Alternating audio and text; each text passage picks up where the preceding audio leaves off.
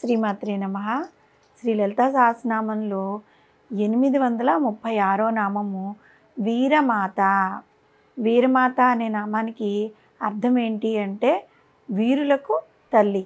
ఆ జగన్మాత వీరులకి తల్లి కదా, ఈ సమస్త విశ్వానికి తల్లి. అయితే వీరులు అనే వారి పట్ల ఇంకొంచెం ఎక్కువ ప్రత్యేకమైన అభిమానం కలిగి ఉంటుందన్నమాట. వీరులు అనే పదానికి చాలా అర్థాలు ఉన్నాయి.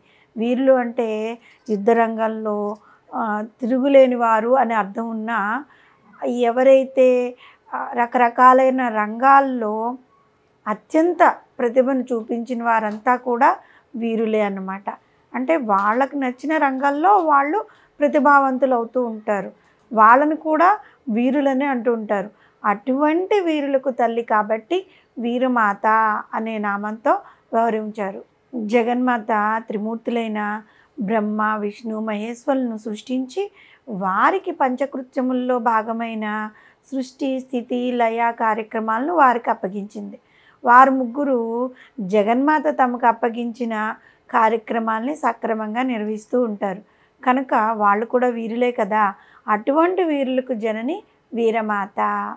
వీరులంటే ఉపాసక ధరంధరులు అన్నమాట. శ్రీ విద్యా దీక్షాపరులు అని కూడా అర్థం ఉంది.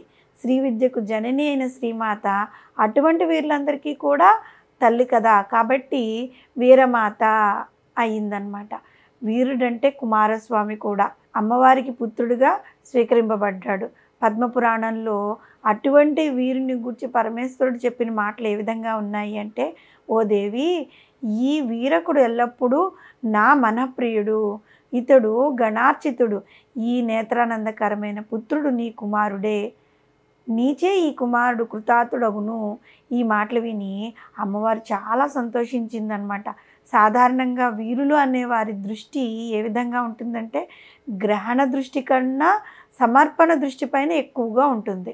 అలాంటి వారు ఈ ఆధ్యాత్మిక విద్య మనకు ఎలా ఉపయోగపడుతుంది అనే దానికన్నా మనము ఆ విద్యకు ఎలా ఉపయోగపడదాము, మన వలన 10 మందికి ఆ విద్య ఎలా ఉపయోగపడుతుంది అన్న విషయంపై ఎక్కువగా దృష్టి సారిస్తూ ఉంటారు.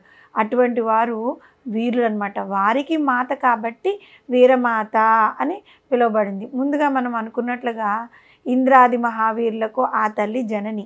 బండాసురుడు మొదలైన రాక్షసులను సంహరించి కీలక పాత్ర వహించిన కుమారస్వామి, గణపతి అలాంటి వీరులకు కూడా ఆమె తల్లి కాబట్టి వీరమాత అని పిలువబడింది.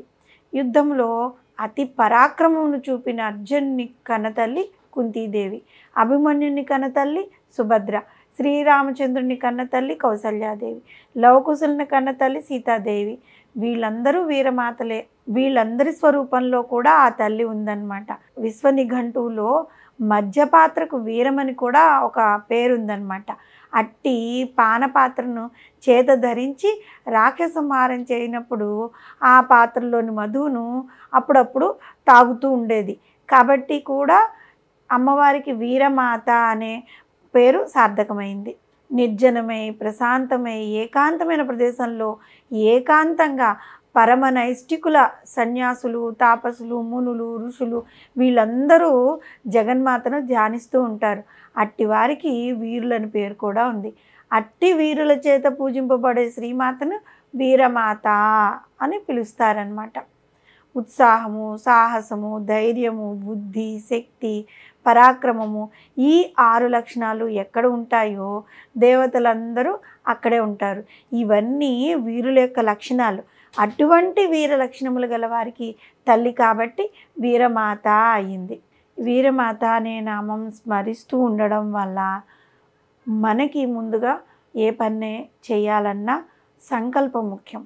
ఆ సంకల్పము తర్వాత సంకల్పించిన పనిని చేయడానికి ఉత్సాహము, శక్తి. ఆ శక్తి ద్వారా అమ్మవారు ఆ పనిని త్వరితంగా చేయగలిగే శక్తిని మనకి ప్రసాదిస్తూ ఉంటారు. అప్పుడు మనం కూడా వీరులమే కదా. ఏ పనినైనా అనుకుని దాన్ని త్వరితగతిన దాన్ని పూర్తి చేయడమే వీరిలో అనిపించుకుంటూ ఉంటారు. కాబట్టి ఆ పని చేయగలిగే శక్తిని, ఉత్సాహాన్ని అమ్మవారు మనకి ప్రసాదిస్తారు. శ్రీమాత్రే నమః.